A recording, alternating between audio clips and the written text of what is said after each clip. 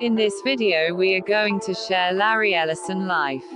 He is the co-founder and former CEO of the Oracle Corporation. Larry Ellison is one of the richest people in the world according to the Forbes World's Billionaires list.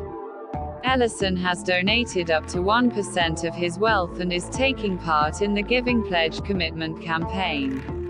Larry Ellison takes part in yachting competitions with his Oracle Team USA, he is a licensed aircraft pilot, and he enjoys playing tennis and guitar. Larry Ellison is a self-made entrepreneur and billionaire who achieved his success through trials and errors. His parents did not have a penny, and during all his life he has been making up for the miserable childhood. So let's dive into the life of Larry. Lawrence Joseph Larry Ellison was born on August 17, 1944, in New York City. By that time, his mother, Florence Spellman, an unwed immigrant from Odessa, was only 19, and she was not ready to raise a child. As a result, a 9-month-old Larry was sent to his uncle and aunt. Larry has never seen his father, a United States Army Air Corps pilot. Moreover, he did not know about the adoption up to his adolescence. His mother's sister Lillian Spellman Ellison and her husband, Louis Ellison, who lived in a Jewish district in Chicago, adopted Larry Ellison. His adoptive father was a Russian immigrant and came up with the last name, Ellison, in tribute to Ellis Island Gateway where he immigrated to in the United States. It was an ordinary family with the mother being kind, caring and loving and the father being strict, stubborn and exacting. Larry grew up independent, self-assured and uncompromising, which led to constant quarrels and misunderstandings with his stepfather as well as with his peers later on. Larry Ellison was a highbrow person. Being mostly interested in the complicated subjects such as spaceship construction, high technology, and engineering, he was bored by the schooling process. He was a mediocre student with sometimes a complex character. He enjoyed sports activity and played squash, volleyball, and hockey. After graduating from the South Shore High School at Urbana-Champaign, Larry entered the University of Illinois in the 1960s. These were the first happy moments of his life. Future seemed to be unclouded and fruitful. The university curriculum came quickly to him, giving the feeling of independence and power. But after the death of Ellison's adoptive mother, he refused to pass the final exams and dropped out of the university. After a year of part-time jobs, constant doubts, and profound reflections, Larry Ellison entered the University of Chicago intending to pursue a degree in physics and mathematics. However, he lost his interest in the education process and as a result of the poor performance, was expelled after the first semester. In 1966, he moved to California at the age of 22. Living on the margin of poverty, Ellison became interested in the new fields such as computers and programming, which absorbed almost all his time. To get some knowledge in programming, he was reading the specialized literature. He soon started visiting different interest clubs and attending specific events, which admitted people like him. Very soon Larry stood out of the crowd thanks to his ability to learn fast. Larry Ellison found his first job at Amte Corporation, a technology company founded in 1970 by Gene Amdahl in Sunnyvale, California. At the beginning of the 1970s, Larry Ellison worked for an electronics company amte, founded by Alexander M. Poniatoff in 1944 that faced stiff competition with Sony Corporation. At amte, he mostly worked on a database for the CIA, which he called Oracle. In 1977, Larry Ellison met Bob Miner at Ampex, who was Larry's supervisor then. However, Bob Miner quitted Ampex soon, and on June 16, 1977, he co-founded a company called Software Development Laboratories, SDL, together with Bruce Scott and Ed Oates with the investment of $800. A few months later, Larry Ellison joined their enterprise as a business partner and invested $1,200 into the firm. Later, Ed Oates introduced Miner and Ellison to a paper by Edgar F. Codd on the relational model for database management called A Relational Model of Data for Large Shared Data Banks, and Larry Ellison got inspired by it. Soon they started working on the database management system DBMS. Companies used it for the distributed storage of the lists of clients, equipment data, financial notes, transaction information, correspondence, legal documents and so on. Oracle Systems Corporation in 1979, SDL was renamed into Relational Software Inc., and in 1982 officially became Oracle Systems Corporation after its flagship product, the Oracle RDBMS, which was an object relational database management system. The initial release of Oracle RDBMS was issued under v2.0. There was no Oracle v1.0 as Ellison was sure that no one would buy version 1.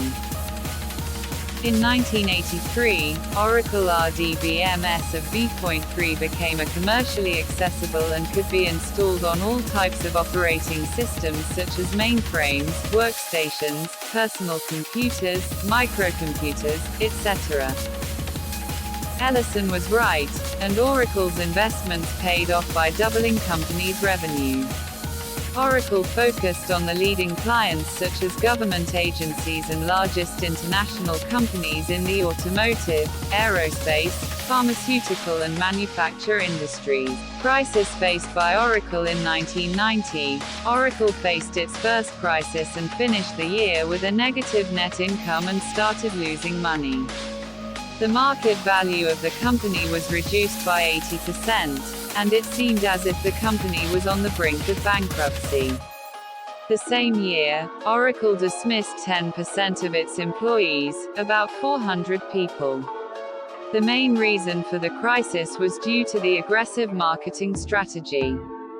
The sales team urged prospective clients to purchase all of the possible Oracle software at once by booking the value of the future license sales in the current quarter.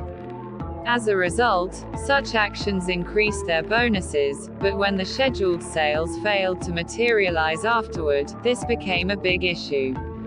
Being a public company, Oracle incurred additional costs to resolve class action lawsuits from the shareholders regarding its overstated earnings. It was an incredible business fault, according to Larry Ellison. As a result, the company had to pay $24 million to its shareholders. At the beginning of the 1990s, IBM had the biggest market share in mainframe relational database market with its database products such as DB2 and SQLDS. While other competitors such as SYBASE, Oracle, Informix, and Microsoft used the opportunity to occupy the niche for a relational database on Unix and Windows and dominate mid-range systems and microcomputers. From 1990 to 1993, SYBASE was the fastest developing company, and Oracle remained behind. But after 3 years of biggest sales and significant mergers, SYBASE sold all rights of its software to Microsoft Corporation, which now positions its software under the name SQL Server. In 1994, SYBASE was absorbed by Informix that became the most prominent rival of Oracle. In October 1994, Oracle acquired a relational database management system, RDBMS called RDB Division from DEC. It was the first official acquisition by Oracle. In 1997, Larry Ellison was included in Apple Computer's board of directors after Steve Jobs returned to the company. Ellison served as director of Apple Computer for 5 years, and on September 20, 2002, he resigned from this position. Larry Ellison, being a great strategist, made a lot of strategic steps to the leading positions in the market to create a bigger software maker. One of Ellison's necessary steps was a takeover of PeopleSoft, Inc. by Oracle Corporation. PeopleSoft, Inc. was a large company that provided human resource management systems, supply chain management, customer relationship management, financial management solutions, and enterprise performance management software. On April 29, 2008, Oracle Corporation bought these systems, Inc. It was a company specialized in enterprise infrastructure software products. Larry Ellison was very determined in making Oracle Corporation #1 in the computer technology industry and did all his best to catch up and surpass the giants in the software market. On January 27, 2010, Larry Ellison agreed to buy Sun Microsystems, Inc. That was one of the biggest acquisitions by Oracle. Once the deal has been finished, Oracle began to sell technologies, using new database and services based on Sun Microsystems technologies. Rising Sun is a motor yacht and the 8th largest in the world. It was designed by John Bannenberg and built for Larry Ellison by Germany's Lerson in 2004. Larry Ellison sold it to David Geffen in 2010. In 2009, Larry Ellison bought the Indian Wells Tennis Garden near Palm Springs, California and the Indian Wells Masters Tournament. Larry Ellison is also a licensed pilot. He owns several aircraft and military jets including an SIAI Marchetti S.211, a turbofan-powered military trainer jet designed in Italy in 1984, and Mikoyan MiG-29. Larry Ellison is an example of a man who has been confidently walking to the American dream by bringing innovations to the software industry alongside. Larry Ellison Great Secret to Success. 1. Always raise your expectations. He says that whenever you achieve something, then raise the goalpost. Professional life is full of opportunities and goals can be made and re-established easily. 2. Money must not be your ultimate goal. He explained how he never chased money. He started with 4 employees and his target was to reach 50 employees. He had done consultation work for some companies and became successful by providing exceptional support to those companies. He chased for excellence and achieved success. 3. Firmly stand for your cause. He explained how he firmly took a strong stance for his cause. He even denied some business rights to Google because Larry Page was not accepting his logical demands. Similarly, he suggests that all of us must firmly stand for our cause and never change our targets just because they seem impossible. Sometimes we used to give up very easily when our peers demotivate us, but we must have an optimistic approach. Dale Carnegie beautifully explained how everything created twice. First, our targets take birth in our minds and then take birth when they got accomplished. So we must think about why we decided to achieve any goal. 4. Focus on the right product.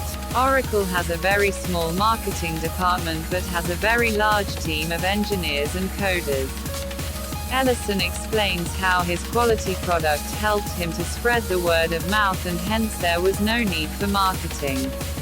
Our work must speak our words and hence it's rightly said, talk less and do more.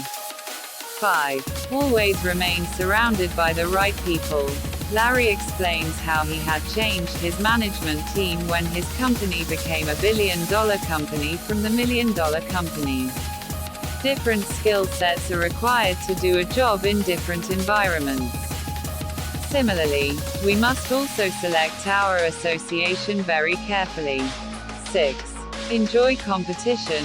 We all must enjoy competition because it helps us to evolve from a lower level to a higher level.